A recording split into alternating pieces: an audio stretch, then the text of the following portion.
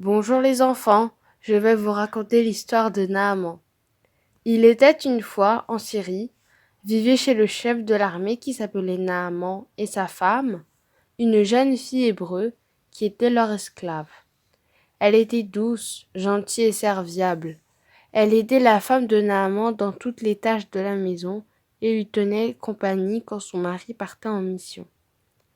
Un jour, en discutant, Naaman et sa femme remarquèrent quelque chose de bizarre sur la peau de Naaman. Tu as vu ces taches? Dit Naaman. Oui, c'est bizarre. C'est blanc et c'est épais. Qu'est-ce que cela peut être? Hmm, je vais aller chez le médecin demain et on verra.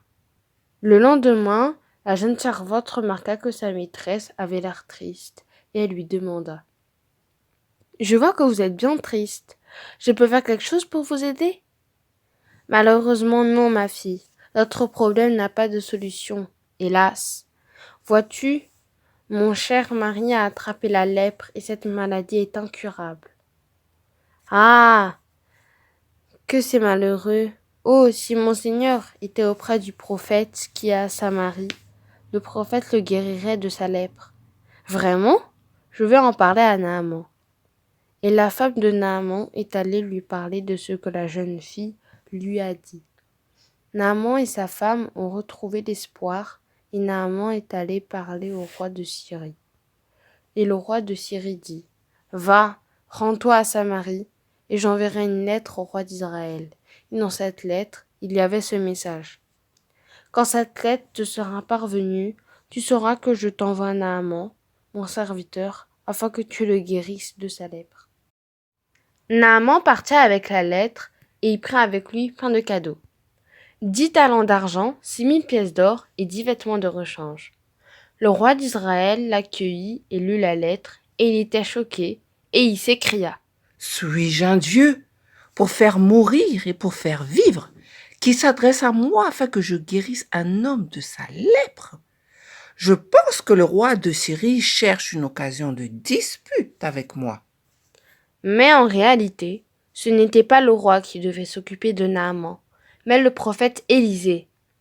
Il a donc eu vent de l'histoire et il dit au roi. Pourquoi as-tu déchiré tes vêtements? Laisse Naaman venir à moi, et il saura qu'il a un prophète en Israël. Arrivé chez Élisée, Naaman était accueilli par le serviteur du prophète avec ce message. Va et lave-toi 7 fois dans le Jourdain. Ta chair redeviendra saine et tu seras pur. Naaman était furieux. Mais ce prophète, il ne peut pas sortir de chez lui, poser ses mains sur moi, invoquer le nom de l'Éternel, et je serai guéri. Mais pourquoi je dois me laver dans le Jourdain? Il y a aussi d'autres fleuves chez moi.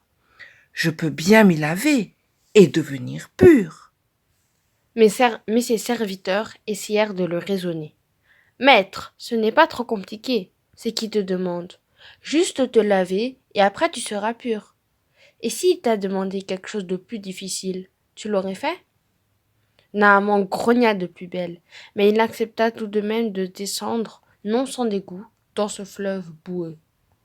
1 fois rien, 2 fois rien, 5 fois toujours rien, 6 fois rien de rien. Vous comprendrez que Naaman était encore plus sceptique quand il fallait plonger pour la 7e fois. Il émergea donc tout doucement de l'eau. Et, oh miracle! Comme l'a prédit le prophète, sa peau est devenue douce et saine comme la peau d'un bébé. Après cela, il courut auprès du prophète Élisée et il lui dit. Voici, je reconnais, qu'il n'y a point de Dieu sur toute la terre si ce n'est en Israël. Et maintenant accepte, je te prie, un présent de la part de ton serviteur. L'Éternel, dont je suis le serviteur, est vivant. Je n'accepterai pas, dit Élisée. Après avoir insisté, Naaman est parti parce qu'Élisée n'a pas voulu de ses cadeaux.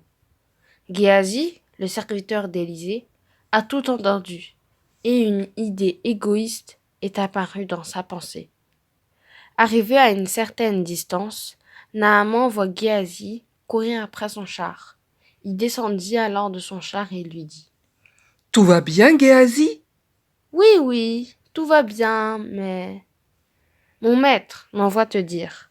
Voici, il y a 2 jeunes gens de la montagne d'Éphraïm qui viennent d'arriver chez moi. Alors, s'il te plaît, est-ce que tu peux leur donner 2 talents d'argent et 2 vêtements de rechange? Mais bien sûr. Répondit Naaman. Et il envoya même quelqu'un accompagner Géasi pour ramener les cadeaux chez lui. Mais Élisée attendait déjà Géasi. Alors, Géasi, tu viens d'où là? Oh, je ne suis allé ni à gauche ni à droite, mon maître. Géasi, mon esprit était là quand cet homme a quitté son char pour venir à ta rencontre. La lèpre de Naaman s'attachera à toi pour toujours. Géasi sortit de la présence d'Élisée avec une lèpre comme la neige. Voici donc 2 morales à tirer de cette histoire. La première, la puissance de Dieu est illimitée et il peut faire tout pour notre bien. Deuxième, attention aux mensonges et à l'égoïsme. Au revoir.